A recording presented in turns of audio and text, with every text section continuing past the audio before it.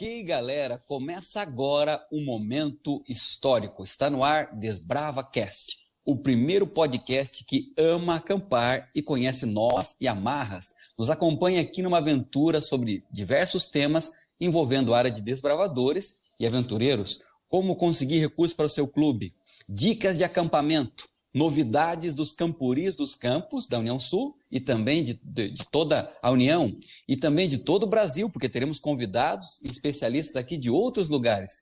E hoje, estreando o nosso primeiro programa, aqui é a nossa estreia, o primeiro esperamos aí de uma série de pelo menos 1000 que queremos gravar, né, para falar dessa área tão apaixonante daqui até a volta de Jesus. No primeiro programa, vamos falar sobre a classe bíblica. E temos alguns amigos aqui que são feras nessa área e vão conversar com a gente, mas antes, para entrar no clima, me permita ler um texto bíblico. Isaías 55, versículo 13, que diz assim: todos os seus filhos serão ensinados pelo Senhor, e será grande a paz dos teus filhos. Amém, que Deus seja louvado, que isso se cumpra em nossos clubes. E introduzindo, então, agora entrando já no nosso tema, eu sou o pastor Ariel Marques, aqui da União Sul. Então, galera, apresentando nossos queridos convidados aqui, galera fera, todos aqui, líderes, master avançado desbravador e também apaixonados pela Bíblia, começando com meu amigo, pastor Erickson Danese. Fala, Erickson. Olá, meus amigos, pastor Erickson Danese aqui, ANC, e fica com a gente porque a União Sul Brasileira sabe o caminho das pedras. Opa, eu curti, hein? Eu curti. Ó, galera, para você que é novato no podcast, tudo tem um significado. Essa frase aí vai ser explicada em algum momento. Não é que a União Sul é metida, não. Nós somos humildão aqui, né? Mas assim, a frase tem aí um fundo de verdade na sequência aí. Vamos apresentar também nosso querido amigo Dudu, pastor Eduardo Neto. Fala aí, Dudu. Alô, galera de Lenço. Olha, é um prazer, uma alegria estar aqui nesse podcast com a galera tão especial aí, apaixonado por esse ministério. E olha, eu queria dizer que nós, da União Sul, mais uma vez, estamos aí lançando um negócio que vai movimentar todo o nosso ministério e, claro, de uma maneira bem dinâmica, especial. Eu sou o pastor Eduardo aqui da Associação Sul Paranaense. Nós estamos juntos aí, galera. Valeu, isso aí. E está conosco também, pastor Douglas Pino, cara fera também, da Gaúcho de Momento, né? Se apresenta aí, pastorzão. Olá, amigos, aqui é o pastor Douglas da Sul Rio Grandense e a pedra que eu gostaria de conhecer cada vez mais nesse estudo é a pedra angular. Uau, olha, você já pegou a manha aí, nesse estudo aqui, eu estudo 10 a 12 anos e ele fala sobre pedras, né? Então assim, tem uma pedra no teu caminho aí, amigão. Então aí, vamos enfrentar essa pedra e descobrir se nesse nosso podcast aqui você tem lições aí para tirar desse momento. Vou começar falando o seguinte, a gente está perseguindo essa história de ter um estudo legal há bastante tempo, tá, galera? Então, assim, aqui na União Sul, a gente começou essa perseguição a um estudo legal em 2018. Por quê? A gente percebeu o seguinte, o mundo está mudando muito rápido, o mundo está mudando uma loucura. Tem um autor canadense, franco-canadense, ele chama-se David Coppert. Esse cara diz o seguinte, que nos últimos 40 anos, o mundo mudou mais do que nos 400 anos que antecederam. Então, assim, o ritmo das mudanças é muito intenso. E a gente trabalha com a galera nova geração, está com o celular na mão o tempo inteiro. E precisamos falar com essa galera, atingir o coração deles. Então, a gente começou a tentar adaptar os estudos. O autor desse estudo é o pastor Eduardo. Dudu, você já tinha feito estudos antes, né? Então, o que eu quero dizer é o seguinte, é que esse estudo aqui é fruto de todas as nossas experiências anteriores com outros estudos legais. Então, a gente chegou no nível legal, né? Cita para nós aí o outro estudo que você tinha feito e qual que era a ideia desse primeiro lá, o que você queria modernizar no estudo? Na verdade, galera, a gente tem que entender que desbravador está cada vez mais dinâmico, até pela situação que a gente vive. E a gente percebe que se você olhar ao seu redor, você vai ver que as coisas, de alguma forma, estão cada vez mais fáceis, o acesso, a comunicação e tanta coisa. Então a gente pensou num estudo que pudesse envolver os desbravadores, não só ali no momento da classe bíblica do clube, mas que ele pudesse durante a semana também interagir com os amigos, estar de alguma forma conectado com a mensagem do estudo. E aí a gente fez um estudo para fazer um teste aí, onde eles trabalhavam ali na reunião, mas eles tinham desafios que eles tinham que cumprir durante a semana, e para alguns bravadores, olha a surpresa, eles chegaram a dizer que a classe bíblica se tornou o melhor momento do clube. Eu acho que isso aí, então, abriu portas aí, né, pastor Ariel e amigos? Muito legal. Ó, que vem. você pegou, então, o que o pastor Eduardo falou. O Dudu comentou o seguinte, que o estudo, então, era para ser, assim, interativo, para ele interagir na semana, e envolvia desafios, e pensando nesse mundo aí de WhatsApp e coisa. Então, deixa eu perguntar ao pastor Erickson, porque vocês sabem que eu sou o cara da ortodoxia, né? Eu sou um cara assim, mais tradicional entre nós aqui, né? Entre nós quatro. Até parece, hein? E eu, em nome da ortodoxia, diria o seguinte, pastor Erickson, não é assim um exagero querer tornar o estudo contextualizado para a realidade deles, cujos desenhos, a história em quadrinhos no estudo. A gente está vivendo uma sociedade midiática, não tem como você mudar isso, porque já faz parte da cultura e da maneira como a gente cresce absorvendo o contexto ao redor de nós. Nós estamos num mundo que tem imagens, propagandas, tem figuras, trabalha com esse tipo de ensinamento. Se a gente olhar para a Bíblia, é claro que a Bíblia foi um livro escrito há 2000 anos atrás e não tinha como você fazer desenhos ou figuras, porque isso não seria viável no processo de tradução e de cópia da Bíblia, de preservação do próprio texto. Então a Bíblia ela trabalha com imagens mentais criadas a partir de um texto descritivo, mas essas imagens já existem no texto. A Bíblia trabalha com figuras, e essas figuras de imagem, nem todas são, na realidade, imagens reais, né? Muitas vezes são metáforas ou são símbolos. Especialmente a Bíblia é um livro que trabalha com símbolos. Todo o esforço pedagógico do autor bíblico em traduzir o que Deus tinha revelado na forma de parábolas, ou mesmo da teologia do santuário, é produzir na forma de imagens e figuras a didática, o conhecimento para passar a revelação que o profeta tinha recebido. Ó, você falou uma coisa muito legal aí agora, gostei dessa questão do santuário. O santuário, olha, não é nenhum exagero a gente afirmar com todas as letras que o santuário era uma ilustração do plano da salvação. E, inclusive, tem gente que confunde, na igreja adventista não, a maioria das evangélicas católicas não, mas tem uma linha, assim, talvez um pouco diferente, que é totalmente contra imagens. Agora, olha que interessante, Israel, que tinha todo um cuidado com idolatria, você tinha ali no santuário e no templo, depois de Salomão, desenho de romã, desenho de uvas, desenho de anjos, né? Tinha onde se lavava ali os sacrifícios, a pia, ela estava colocada sobre bois, então assim, havia toda uma ilustração do plano da salvação, e realmente, olha, e deixa eu perguntar a vocês aí, se Jesus estivesse aqui hoje, ele trocaria as parábolas, ilustrações que ele usaria, já que o pastor Erickson falou de símbolos aí, e relacionados com o contexto da época que a Bíblia foi escrita? Ariel, deixa eu só dar um toque aí sobre essa questão do santuário.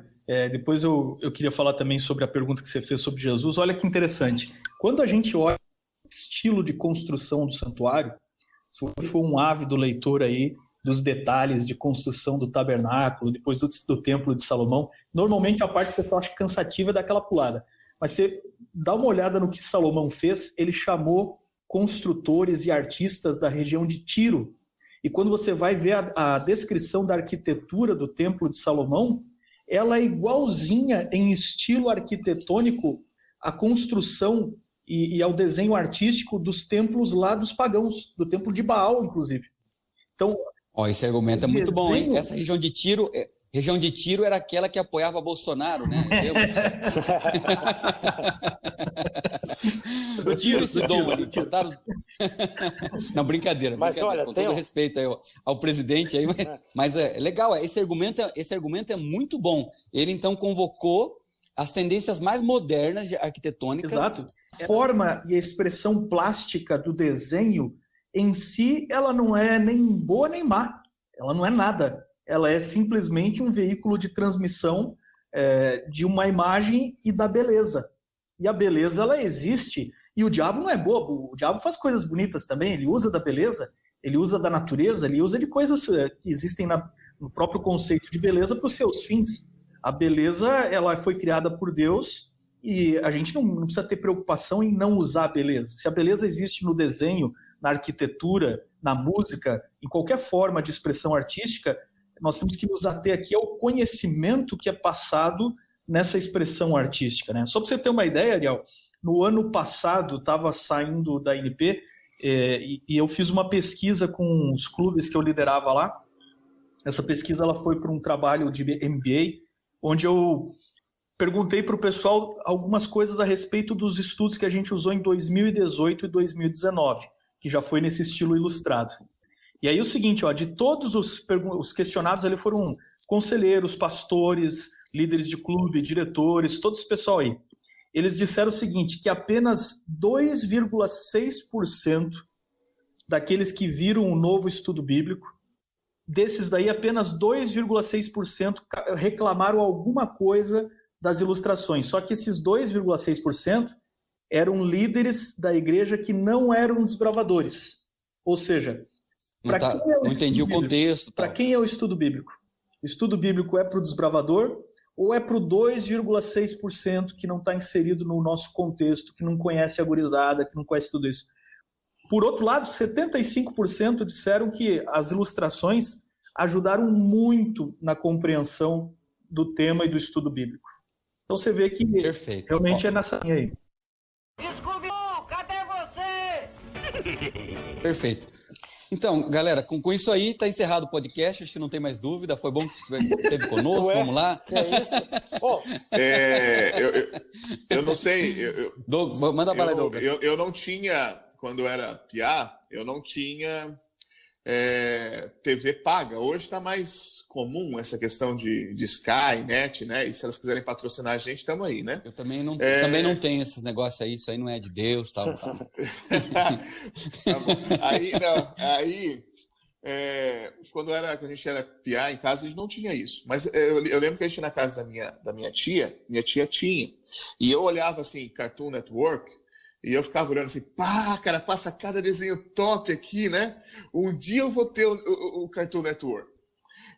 Poxa, eu sou milenial, alguns são mileniais aqui, outros são um pouquinho mais antigos, né?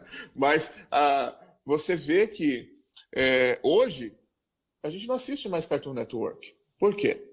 O Cartoon Network, ele manteve para uma faixa etária. E hoje os desenhos do Cartoon Network não atingem mais a gente.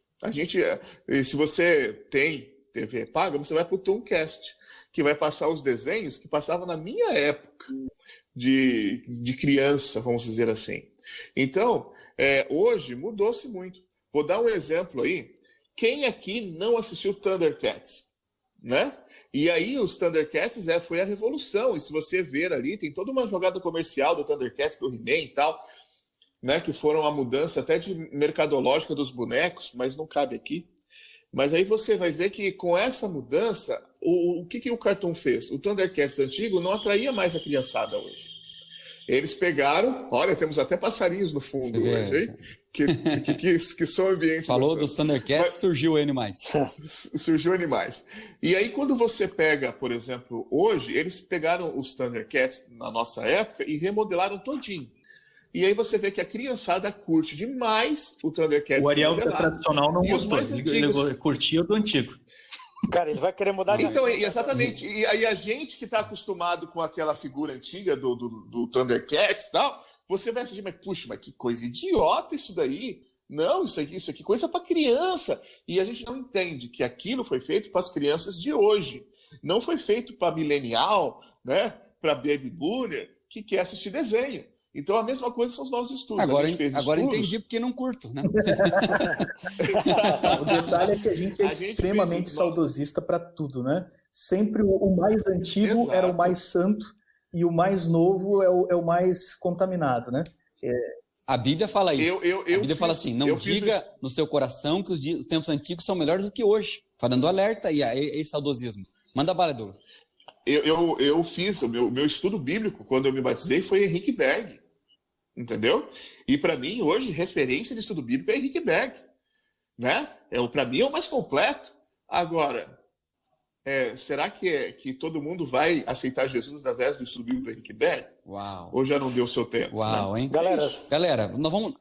Pode falar, Dudu. Eu queria só fazer uma observação aí, voltando um pouquinho lá do santuário para poder a gente entender uma coisa especial. Vocês estão falando aí da estrutura do santuário e tal. Eu não sei se vocês lembram que ao redor do santuário havia o acampamento ali das tribos de Israel. E olha que coisa legal. Cada tribo tinha ali o seu estandarte, que tinha a sua logomarca, que representava a sua tribo. Será que isso aí tem alguma coisa a ver com a gente hoje, com desbravador e aventureiro? Com bandeirinho, com tanta coisa? Muito bom. A outra situação é o seguinte: se você pegar Jesus e as ilustrações que ele usava, você vai perceber que Jesus sempre partia do conhecido para o desconhecido. Jesus falava de coisas simples, mas que estavam no dia a dia das pessoas. Falava de pão, falava de água, falava de porta, de caminho, de pescaria, de tanta coisa. E hoje existe um negócio aí chamado pedagogia criativa, que nada mais é do que o Douglas estava falando aí, de que você usa os recursos através de sons, cores, imagens, e isso causa um despertamento, uma atração, diferentemente do passado, né? Então, por isso que é importante aí a questão de você modernizar, porque aí você alcança um público diferenciado, né? Uau, gente, show, hein? Ó, nem vamos usar mais argumentos, daqui a pouco a gente vai gravar o estudo 13 a 15, tem que sobrar algum argumento aí, né, pra gente conversar com essa galera aí.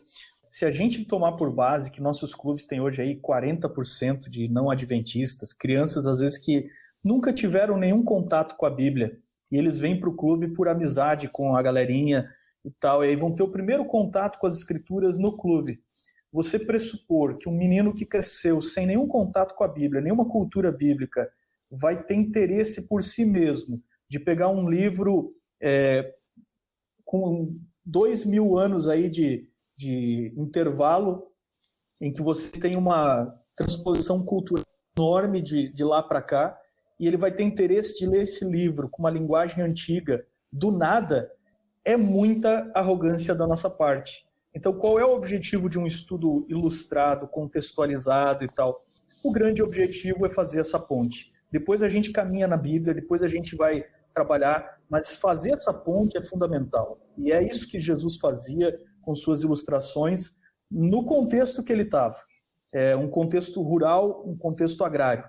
Mas o contexto que a meninada está hoje é justamente o que a gente tenta colocar como isca nos nossos estudos. Então, se houve uma crítica, ou se há em algum momento uma crítica com uma temática de fundo, com uma ilustração, a pergunta é: essa crítica se sustenta quando a gente olha para a doutrina e o ensinamento do estudo? Que se não se sustenta, vamos para frente, né? Cadê você? Perfeito. Ó, eu que era da ortodoxia, acabei de aceitar o estudo, né? Me converti. Pode colocar aí aquele ó que belos hinos cantam lá no céu, pois se converteu um pecador de fundo aí que eu me converti. Agora, vamos falar do estudo, então, 10 a 12. Os autores do estudo são... Na verdade, eu participei também. Eu escrevi os 2 últimos aí na hora do fechamento, né? Então, ó, coloca meu nome aí nos créditos. Mas, assim, os autores do estudo é o pastor Fabiano Roberto Souza. Um abraço aí para o amigão Fabiano. E também está entre nós aqui o autor do estudo, o autor principal, né, que acompanhou o processo até o final, que é o pastor Eduardo. Dudu, qual que é a ideia aí dessas pedras aí? O estudo, ele tem eu estou vendo a capa aqui, o estudo é muito legal. Tem aqui na capa um personagem principal, ele tem um cachorrinho que acompanha ele, tal, o que se torna muito mais legal quando tem um animalzinho aí, já fica muito mais bravador. Ele tá de lenço e tudo mais. Como é que é a ideia desse estudo aí? Conta pra gente. Primeiro a gente tem que entender o seguinte: se a gente pudesse perguntar aqui, talvez até vocês queiram responder aí, qual que é a missão principal do clube? Por que o clube existe? Por que a gente gasta tanto tempo planejando? O que a gente quer alcançar através do clube? Respondam rapidinho aí. O que vocês acham? Por que a igreja mantém o clube e qual que é o objetivo? Nossa. O clube, para mim, é um departamento da igreja evangelístico. Ele está ali para apresentar Jesus para as crianças e a família das crianças. Crianças, pré-adolescentes, adolescentes. Ok. Né? Perfeito. Agora, imagina só, partindo do que você acabou de falar e que todos nós concordamos, no meu entender, eu percebo que a classe bíblica deve ser a coisa mais agradável, dinâmica, atrativa do clube, porque tudo que acontece além disso é apenas embalagem para a gente salvar cada desbravador. Concorda comigo, amigos? Esse princípio aí para mim tá perfeito, Du. Então, você acabou de levantar uma coisa aí que eu assino embaixo, a galera toda aqui acredita também. A classe bíblica tem que ser a parte mais legal, e tem que investir o máximo que puder nela para ela brilhar. Legal, pode continuar. Então a gente parabeniza aí, pastor Ariel, a União Sul e os colegas aí que compraram a ideia de fazer realmente desse momento do clube o momento mais especial, mais esperado. E galera, vocês que estão ouvindo aí a gente acompanhando, se preparem, porque nos próximos anos aí a classe bíblica vai dar um boom tão grande que vai interagir a união inteira dentro do mesmo tema, com concurso e tal. Fica ligado. Mas falando aí do estudo, é interagir com aquilo que o desbravador vivencia, principalmente as especialidades, mas sobretudo ele é desafiado a fazer uma viagem histórica, principalmente nos lugares onde nós tivemos os principais acontecimentos bíblicos.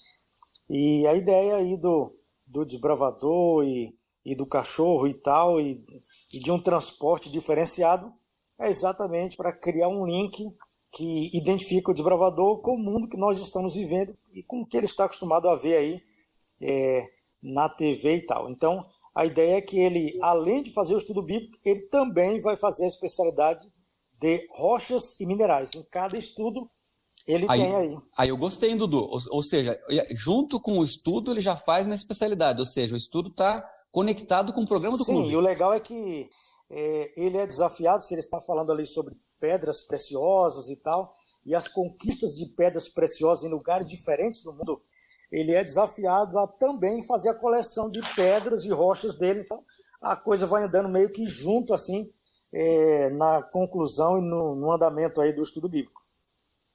Eu amei essa parte porque, para quem estuda desbravadores, essa idade de 10 a 12 anos, eles são apaixonados por coleções. Meus filhos, gente, agora estão passando essa fase. Mas quando eles estavam ali 10 a 12, nossa, eles têm coleção de latinha, eles têm coleção de predador, um monte de coleção, carrinho, e o quarto deles está cheio das coleções ali.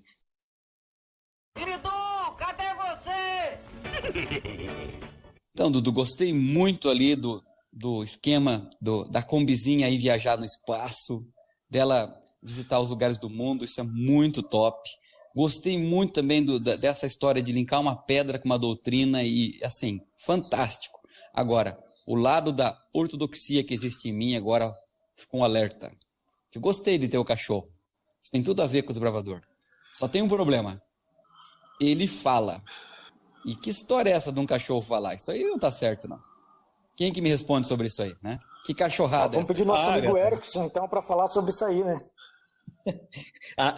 As batatas quentes vocês jogam tudo para mim, né?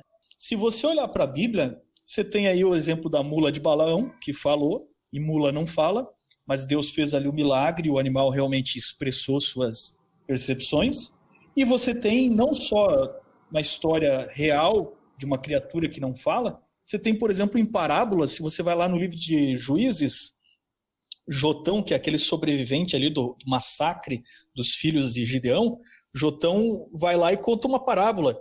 Ele fala sobre o espinheiro, fala sobre a oliveira, e as árvores falam. Então, meu amigo, se cachorro não fala, que dirá então árvore? E ele está fazendo uma parábola e ninguém fica bravo com ele, entendeu? Ninguém diz, é um herege, as árvores falando, o que é isso e tal. Então, a gente às vezes fica procurando chifre em cabeça de cavalo, né? Então, tem coisas que a gente tem que se questionar o seguinte: o conteúdo aqui realmente ele está indo contra as doutrinas bíblicas, contra os ensinamentos bíblicos? Porque se você olhar para essa figura do cachorrinho, quem desenhou aí foi o Fábio, meu abraço para ele. Eu acho que esse estudo 10 a 12 anos é uma obra de arte, cara, muito bem desenhado, a Kombi, os cenários, o cachorrinho. Eu tenho um filho de 10 anos que ele tem um cachorrinho ali, brinca com o animal, então o apelo para a meninada aí juvenil de 10 a 12 anos de ter um animalzinho dentro do contexto do estudo é muito legal, é muito bacana mesmo. Surte muito com eles. Perfeito. Pô, sem falar... Galera, vamos... Não, só Pode falar, Dudu. observações, sem falar que essa idade aí é a idade que viaja na imaginação. Esse é o primeiro ponto. O segundo ponto é a questão de criar exatamente essa identidade com o próprio cenário do estudo bíblico e o garoto poder entrar na história e realmente viajar aí no contexto bíblico. E talvez a grande observação que alguém possa fazer, e eu até faço uma defesa aqui, é que talvez se fosse para aventureiros a gente podia receber algumas observações a mais e tal por causa da idade. Mas para essa galera aí é exatamente o que eles queriam ver e ouvir. Então tá tudo dentro do que deveria ser. Ok, galera, a gente vai precisar ir para a parte final agora. Tava muito legal o papo. Ó, me converti de novo. Eu já vou começar a colocar mais ilustrações aí de árvores falando aí, que, né, ficou legal essa parte. Realmente não se sustenta algumas ideias que a gente tem e o nosso público-alvo é a criançada. E uma coisa que eu queria falar para vocês. Gente, o conteúdo bíblico, ele está presente. As doutrinas estão presentes, o ensinamento bíblico é em alto nível, então não ocorreu uma queda no conteúdo bíblico em nenhum sentido. O que foi feito é um esforço para falar a linguagem que essa meninada entende, e é assim que Jesus fez quando ele deixa o céu e está com a gente aqui. Para terminar, galera, a gente vai gravar um outro do 13 a 15 anos do estudo, e pode dar mais dicas, mas pelo menos cada um de nós vai passando uma dica aí didática. O autor do estudo, Dudu, depois aí o Douglas, depois o Erickson, uma dica que você daria assim, se eu fosse fazer esse estudo, eu faria isso aqui. Vamos ver se a galera consegue. Botei na fria agora, hein? Agora se eu fosse fazer esse estudo, eu acho que a gente tem que olhar para a característica de 10 a 12 anos, que é uma meninada muito ativa, muito elétrica, e eu faria uma pista cada domingo com as pedras, tipo uma pista aí com ou alguma coisa, pegando os próprios textos usados no estudo. E se você está no contexto da quarentena, desafiar aí que, de repente, os pais entrem na festa, coloquem aí pistas dentro de casa e interajam com o estudo. Eles são um grupo aí que eles gostam de ação, de atividade, né? Eles gostam de interagir, de fazer coisas práticas. Eu diria o seguinte, que assim como qualquer outra coisa, o estudo bíblico merece, por parte de quem vai estar dirigindo ali, mesmo que seja à distância, haja um planejamento. Não dá para chegar na hora e querer que a coisa seja legal.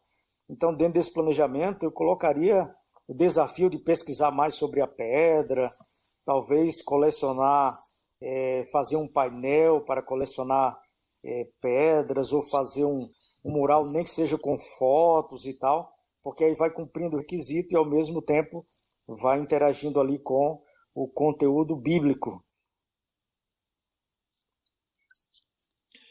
Eu lembro que quando eu era diretor de clube, e eu passei a especialidade de cães, eu levei o meu cachorro.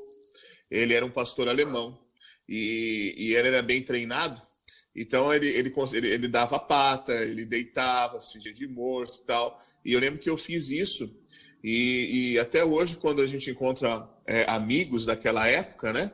E desbravador é assim, né? Você vai num campuri um pouquinho maior, aí você encontra todo mundo da velha guarda e tal. Até hoje eles lembram dessa especialidade porque eu tinha levado o meu cão.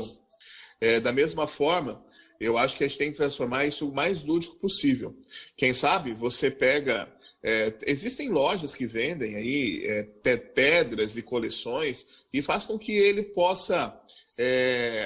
ver a pedra ali na mão, ou ele conquiste aquela pedra através de requisitos, né? Que ele valorize o momento do estudo, né? Então, a minha dica é transformar dentro da sua realidade algo lúdico, algo que ele possa participar e que ele dê valor, que ele possa conquistar, quem sabe, um item da especialidade aí de rochas e assim por diante, tá bom? Essa é a minha dica. Muito legal. Olha, dicas preciosas.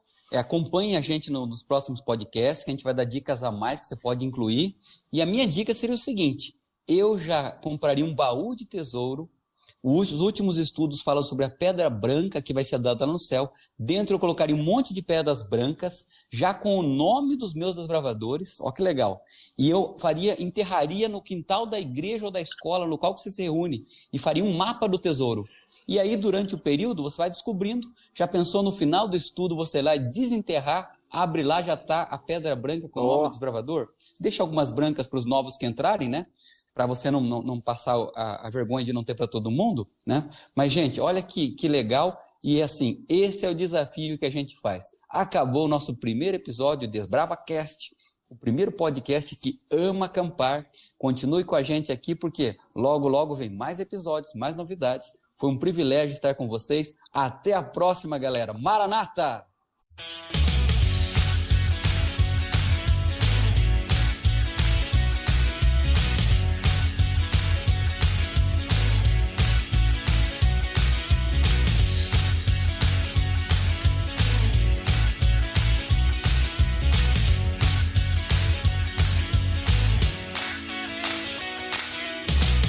Scooby-Dooby-Doo!